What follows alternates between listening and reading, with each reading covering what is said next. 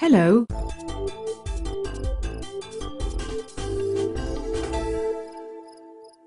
Good morning, Sue. Let's talk about target weight ranges. Yes, please. This is probably the most difficult and intangible part of recovery. Without weight normalization, to a point where a patient can achieve optimum function, there will not be a recovery. It is essential, but it is only part of recovery. There are equally important factors to be addressed alongside weight restoration, or the patient may well relapse. Talking about a target weight can give a patient the opportunity to try to negotiate their target weight, rather than focus on the bigger picture of a life without an eating disorder.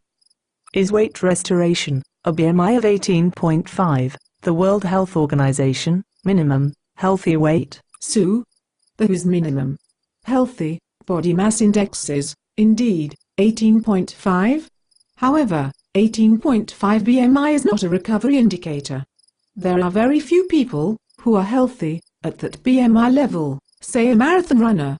The average healthy BMI range of the majority of the population is between the index of 21 and 25. However, there is no point just aiming for a BMI of 21 and maintaining if there are no improvements in the other eating disorder symptoms.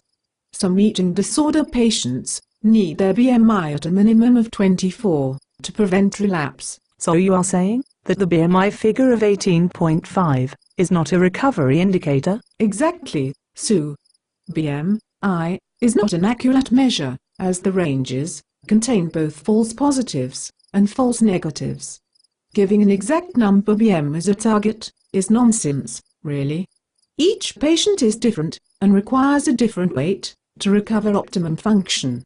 This focus on BMI has distracted clinicians from the real process of recovery. Weight restoration is only part of recovery. BMI is, at best, a population screen. It is just a number, Sue, and quite meaningless. You are aiming for a state of mental and physical health. So BMI is not an accurate way of calculating a patient's recovery. We should be aiming for a state, not a weight. Yes, Sue. Mental health recovery is not tangible or easily measurable. Could you please explain what you mean by optimum function? When a patient reaches an optimum weight, an individual weight, where the body and brain are together, healing and functioning, the eating disorder symptoms begin to loosen, and it is as if the patient is coming out of a fog. More of their original personality emerges, and more of the symptoms of their illness disappear. It is a very individualized process, and is difficult to define in clinical terms. A patient can be seen moving forward into a life free from their eating disorder. Right. But how do we help patients to achieve this optimum function weight? Some patients have had their height and weight has been plotted on a percentile chart at yearly intervals. You can aim to return that patient to the percentile they were on 2 years prior to the onset of an eating disorder. Whether they are now overweight, as they are BED patients, or underweight from either bulimia or anorexia. Right. This is not common in the UK, is it? No, Sue. Most people do not have these. Good, but not perfect, information can be obtained from the family about what height and weight the patient was before the eating disorder. You might also want to look at the whole family, grandparents, cousins, to see what shape and size the patient might be, including all the anomalies, as there can be a huge variety of shapes and sizes. A family may say that the patient used to be just like Uncle Jack or my mother. Looking at photographs of family groups can be very helpful. Right. Getting a picture of the wider family's physical appearances and discussing the patient's former shape and size with the family could help a lot with determining the shape and size of the patient for recovery purposes. Exactly. There are a number of other signs that an eating disordered patient is in remission.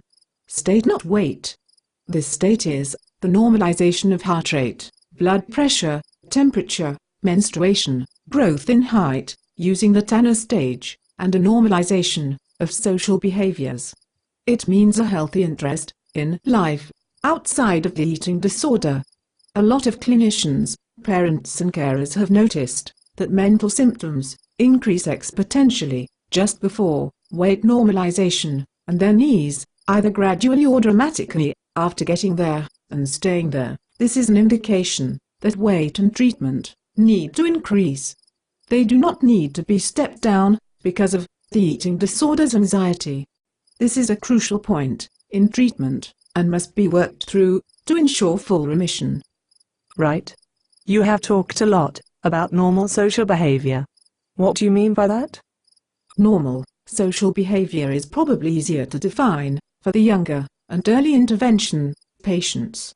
It would mean getting back to school, participating happily in classwork, engaging with friends, joining in food-related social activities without anxiety, taking up old interests and new ones, being more carefree, making new friends, enjoying normal activities with their peers.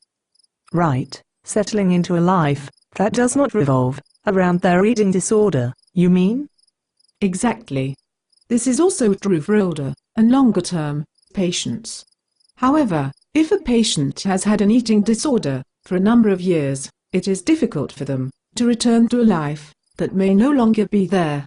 An eating disorder can mean that a patient has lost their job, their friends, their family, and has no social life to speak of.